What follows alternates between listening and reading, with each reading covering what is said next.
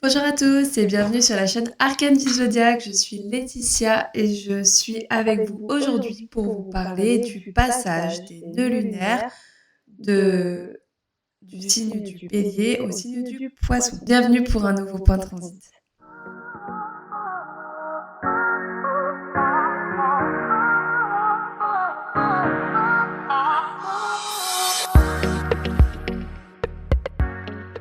Alors aujourd'hui on est là pour parler des nœuds lunaires, mais avant de commencer, n'hésitez pas à vous abonner à ma chaîne si mon contenu vous intéresse et n'hésitez pas aussi à liker la vidéo et à me rejoindre également sur Instagram, sur mon compte Arcane du Zodiaque, où je mets beaucoup plus de contenu et où je suis beaucoup plus présente. Alors, le 12 janvier, les nœuds lunaires vont changer de signe. Il reste environ 1 an et demi dans chaque axe de signe, puisqu'on a le nœud nord et le nœud sud qui sont dans des signes opposés. Et il reste donc 1 an et demi dans chaque signe. Et donc là, ils vont changer de signe. Ils vont passer de l'axe Bélier-Balance à l'axe Vierge-Poisson à partir de ce dimanche 12 janvier. Et ils y resteront jusqu'en juillet 2026, puisqu'il reste environ 1 an et demi dans chaque signe. Les nœuds lunaires vont donc passer de l'énergie du Bélier à l'énergie du Poisson. Alors, déjà, avant de commencer, qu'est-ce que sont les nœuds lunaires ? Les nœuds lunaires, ce sont des points fictifs. Ce ne sont pas des planètes, ce ne sont pas des astéroïdes, ce sont des points qu'on calcule et qui vont nous parler de notre chemin de vie. Ils vont nous parler de qu'est-ce qu'on est venu faire. Alors si on croit à la réincarnation, qu'est-ce qu'on a vécu dans les vies antérieures, qu'est-ce qu'on a ramené de ces vies antérieures, et du coup qu'est-ce qu'on est venu expérimenter, vers quelle énergie on est venu s'incarner. Si on n'est pas trop OK, on n'est pas trop à fond sur les vies antérieures, bah, on peut penser que le nœud sud, c'est la manière dont on va se comporter dans notre enfance, un petit peu notre comportement inné. Et on est censé aller plutôt vers notre nœud nord. Donc on est censé évoluer pour aller vers notre nœud nord. Les nœuds lunaires sont toujours dans un axe, donc ils sont toujours dans des signes opposés. Ils sont toujours... Et donc, du coup, quand les nœuds lunaires vont passer quelque part, vont passer dans des signes, et ben, ils vont passer dans des signes qui sont opposés, ils vont toujours se trouver en opposition. Donc là, on va expérimenter un passage de l'énergie du Bélier à l'énergie du Poisson et de l'énergie de la Balance à l'énergie de la Vierge. Pendant que les nœuds lunaires se trouvaient en Bélier et en Balance, donc nœud nord en Bélier et nœud sud en Balance, on était poussé à expérimenter l'expression de soi, l'affirmation de soi, on était poussé à s'affirmer, à montrer ce que l'on voulait faire, à montrer ce que l'on pensait et à ne pas toujours se référer aux autres et aux pensées des autres. On était censé arrêter le people pleasing, on était censé arrêter de faire des choses juste pour faire plaisir tout en s'oubliant. Et on était censé aller vers des avis plus tranchés et par vraiment assumer ce que l'on pense et ce que l'on dit, et aussi ce que l'on fait, bien entendu. Ici, avec le nœud nord en Poisson, on va changer radicalement d'énergie. Bélier et Poisson, c'est vraiment rien à voir, notamment vis-à-vis de notre individualité. Avec le Bélier, on était poussé vers l'individualité. Avec le Poisson, c'est l'extrême inverse, puisque c'est un signe collectif. C'est un signe qui va être collectivisant. Donc, il va vraiment nous pousser à avoir plus de... On va être poussé à aller plus vers les autres, à avoir plus de compassion vers les autres et à moins penser à notre petite personne.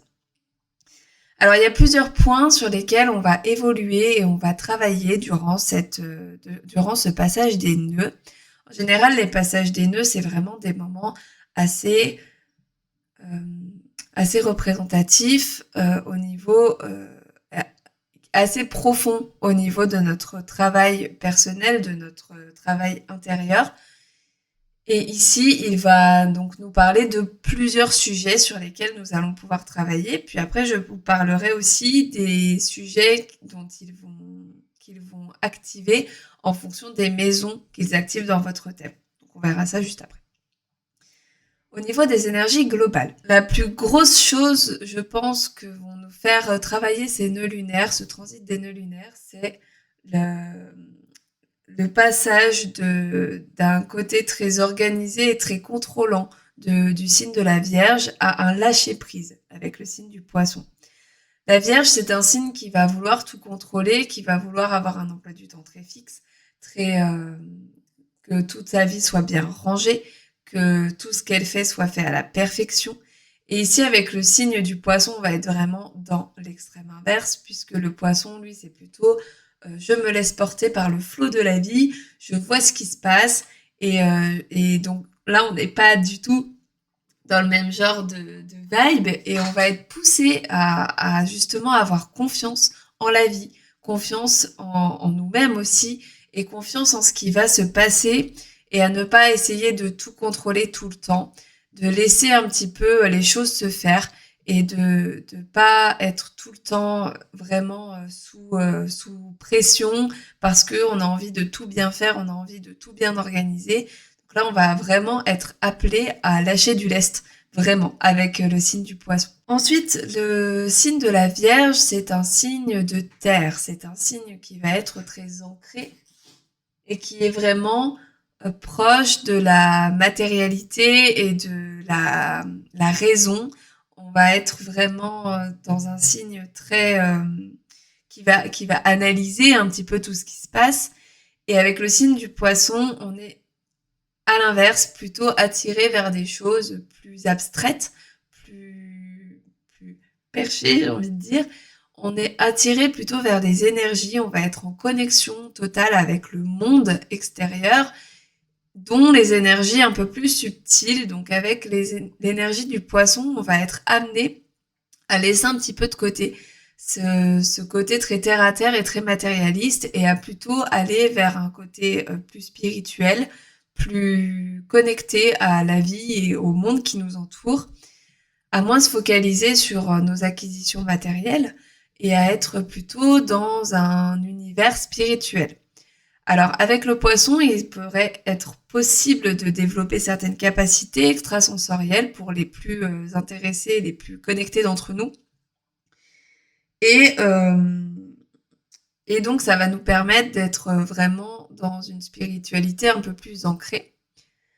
Alors, avec le Poisson, il faudrait faire attention à ne pas tomber dans quelque chose d'un peu trop extrême.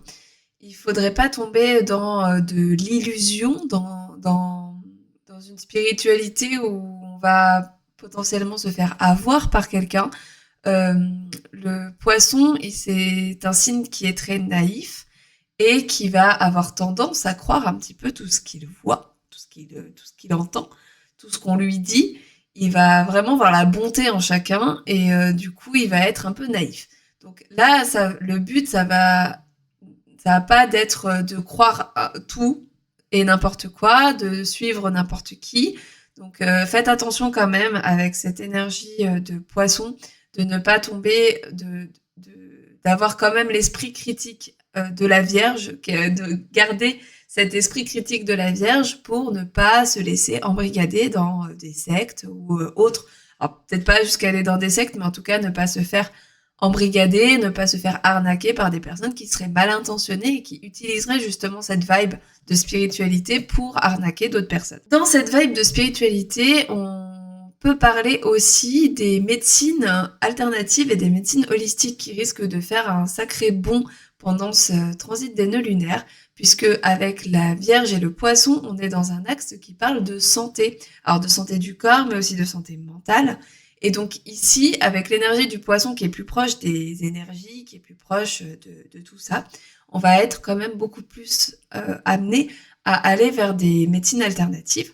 Et peut-être, je dis bien peut-être, c'est pas dit, mais peut-être que même les scientifiques auront une sorte de déclic de se dire qu'il faut faire des tests sur ces médecines-là, pourquoi elles marchent, et surtout est-ce qu'elles marchent, et du coup pouvoir avoir un point de vue vierge sur une thématique Poisson. Et ça pourrait être super intéressant, et c'est possible que dans les années à venir, on soit un peu plus amené à aller vers ce type de pratique. Pour rester dans la thématique de la santé, avec le Poisson, on va pouvoir être amené à être dans un travail de guérison. Alors, il va falloir regarder surtout quelle maison est activée dans votre thème, parce que c'est sûrement sur ces thématiques-là que vous aurez les plus grandes guérisons, les plus grandes prises de conscience.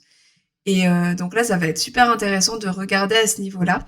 Et le poisson va vraiment nous parler de guérison intérieure. Donc là, vous allez vraiment vous focaliser sur un domaine de vie en particulier et potentiellement pouvoir déterrer des choses, prendre conscience de certaines choses pour pouvoir améliorer et guérir par la suite.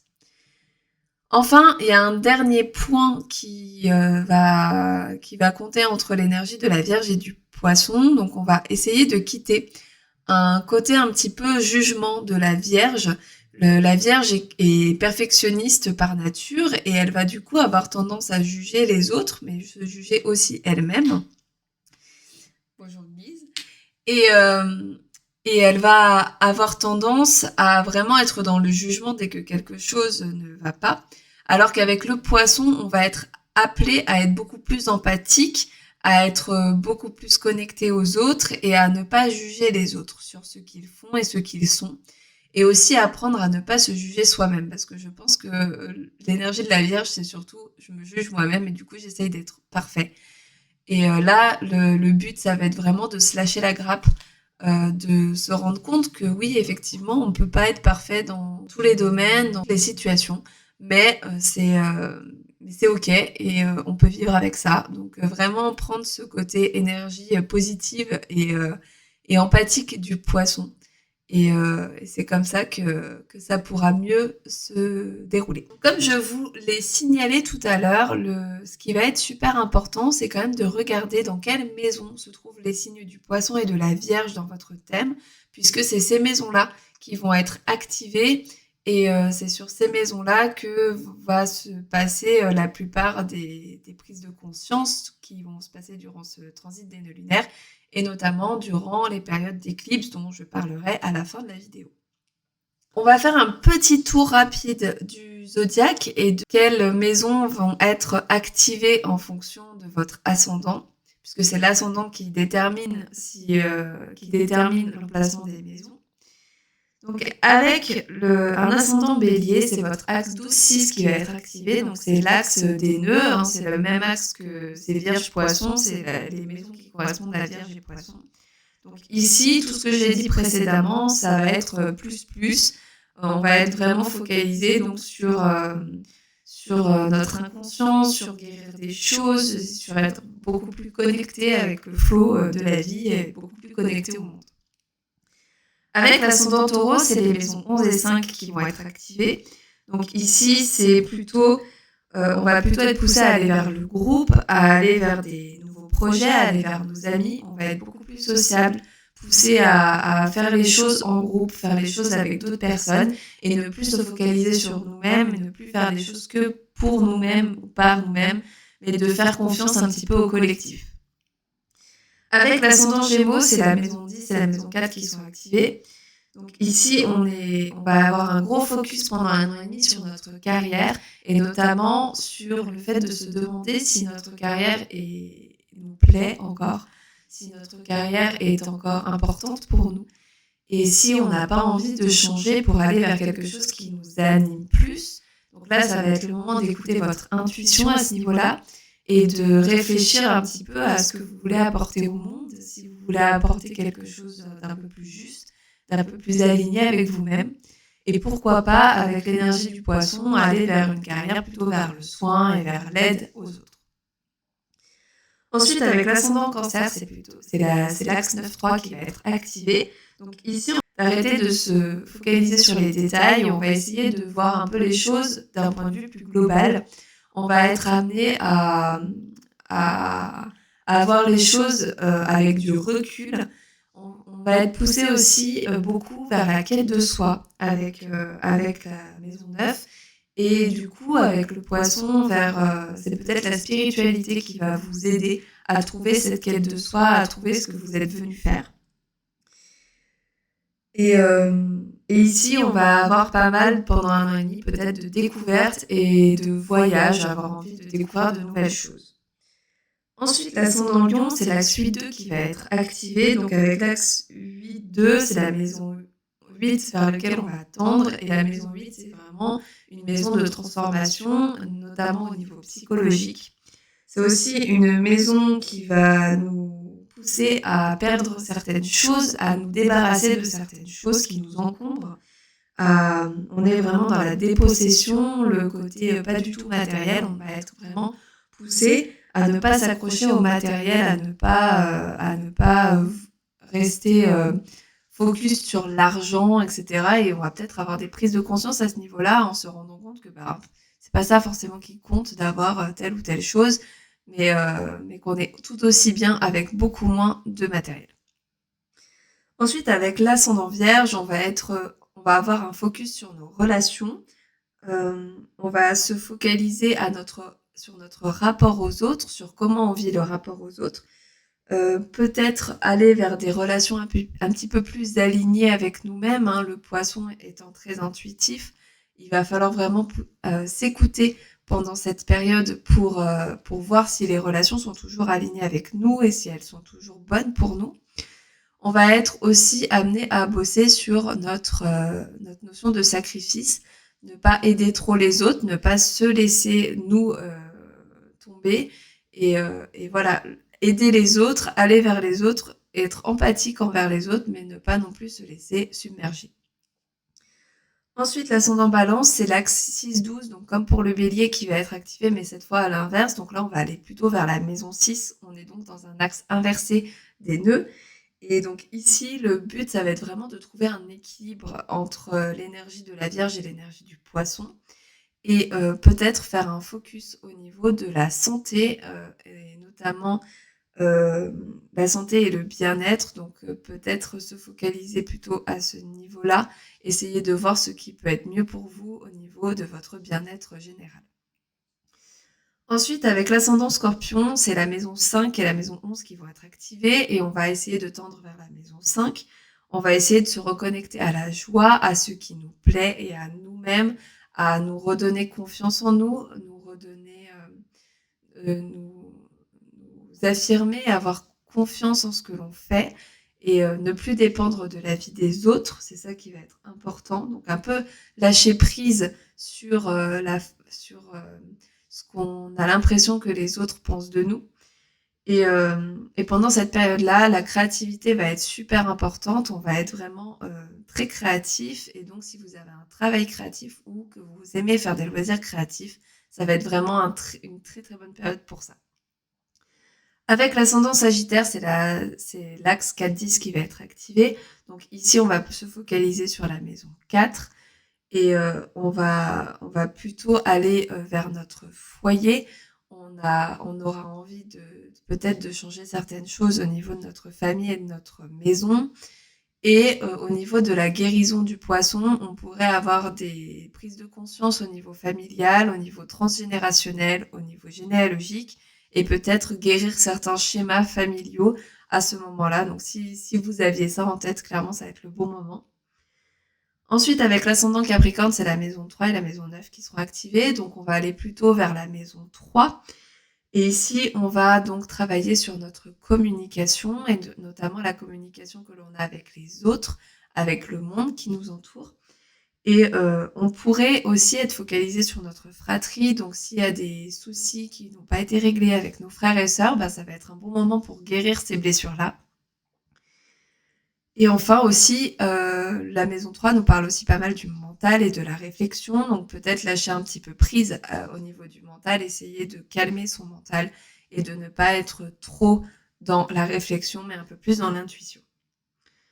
Ensuite, avec l'ascendant Verseau, on est dans la maison 2 et la maison 8. Donc ici, ça va être l'inverse du lion. On va être plutôt vers une recherche de sécurité, notamment matérielle, mais également émotionnelle. Ça va être un moment pour guérir si on a des blessures justement liées à notre sécurité matérielle. Et ça va être aussi un moment pour lâcher prise, se rendre compte que oui, on est en sécurité et que c'est pas parce qu'on va être dans le stress et dans le contrôle de ça qu'on se sentira mieux et plus en sécurité. Et enfin, avec l'ascendant Poisson, c'est l'axe 1-7 qui est activé et donc on va se focus sur la maison 1. Ici, on va se recentrer sur nous, on va faire plutôt un travail personnel, potentiellement aussi une guérison physique plutôt. Et on va essayer de penser plus à soi et moins aux autres, même si bon, on est quand même dans l'énergie du poisson, donc on a envie de penser aux autres, mais là, ça va être important de penser en priorité à soi et de travailler peut-être sur la notion de sacrifice. Voilà pour le tour du zodiaque. Donc ça, j'espère déjà que ça vous aura parlé et j'aimerais terminer cette vidéo en parlant des éclipses. Donc les éclipses sont directement liées avec les nœuds lunaires puisque les éclipses ont lieu, la saison des éclipses a lieu lorsque le soleil et la lune se trouvent en conjonction, donc collés dans le zodiaque avec l'un des nœuds ou les deux. Et donc c'est en général, donc la saison des éclipses a toujours lieu environ pendant 2 semaines entre une pleine lune et une nouvelle lune. Et donc c'est au moment où le soleil et la lune se trouvent en conjonction avec le nœud nord ou le nœud sud. Nous allons avoir 2 périodes d'éclipses en 2025. Donc tout d'abord une période qui va se passer durant le mois de mars, donc entre le 14 mars et le 29 mars. Le 14 mars, nous aurons une pleine lune en Vierge qui va commencer cette saison des éclipses. Et ensuite, elle va se propager jusqu'au 29 mars où nous aurons une nouvelle lune en Bélier. Cette nouvelle lune n'a pas lieu dans le signe du Poisson, mais dans le signe du Bélier, mais c'est qu'en fait, elle va se dérouler au tout début du signe du Bélier et les nœuds lunaires seront à la toute fin du signe du Poisson, donc ils seront quand même en conjonction. Et ensuite, on aura une deuxième période d'éclipse durant le mois de septembre, du 7 au 21 septembre. Alors le 7 septembre, nous aurons une pleine lune en Poisson et le 21 septembre, une nouvelle lune en Vierge. Et donc, c'est pendant cette période qu'auront lieu les éclipses. Alors, qu'est-ce que c'est les éclipses Même si on en reparlera un petit peu plus en détail au moment des éclipses, je referai une vidéo bien entendu là-dessus. Alors les éclipses, en fait, c'est des moments où les énergies sont très très fortes et où on va travailler d'autant plus les problématiques amenées par le transit des nœuds lunaires. Donc là, tout ce dont j'ai parlé jusque-là, c'est des énergies qui vont être un petit peu en toile de fond.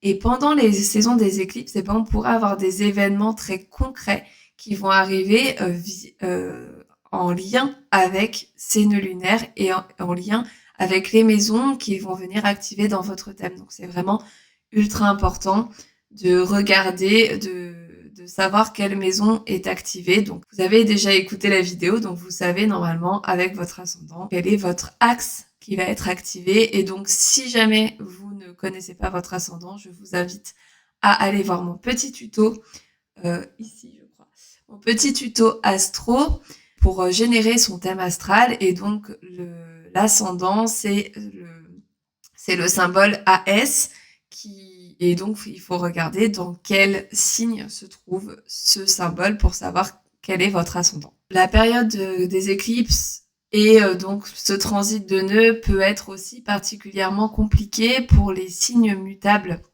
parce que donc le signe du Poisson et le signe de la Vierge sont des signes mutables et ils vont se trouver en carré avec les signes des Gémeaux et des Sagittaires. Donc les signes des Gémeaux et des Sagittaires, si vous avez beaucoup de placements dans ces signes-là, bah, ça peut être un petit peu plus compliqué et les périodes d'éclipse pourraient être particulièrement difficiles. Mais tout ça, bien entendu, n'est pas fait pour vous faire flipper. Au contraire, c'est fait pour vous préparer, pour que vous connaissiez les énergies et que vous puissiez voguer dans ces énergies sans crainte. Et là, le but, c'est vraiment de prendre ces informations en compte et de voir à quel point ça nous impacte et comment ça peut nous impacter pour justement se préparer. Donc ne vous inquiétez pas, même si c'est pas forcément super facile, notamment si vous avez plusieurs placements dans ces signes-là, bah, ça peut être un peu compliqué effectivement. Mais c'est pour du mieux, c'est pour vous faire évoluer et aucun transit n'est là pour vous embêter, au contraire. Voilà, j'espère que cette vidéo vous aura plu. N'hésitez pas à commenter, à me dire en commentaire quelle maison va être activée pour vous et peut-être aussi qu'est-ce que vous avez retenu de l'ancien transit des nœuds lunaires en Bélier Balance. Est-ce que vous aviez eu des prises de conscience à ce moment-là ou des événements importants? J'ai trop hâte de savoir si si vous aviez vécu certaines choses. Et moi, je vous retrouve bientôt pour une nouvelle vidéo sur des transits planétaires. D'ici là, portez-vous bien et à bientôt.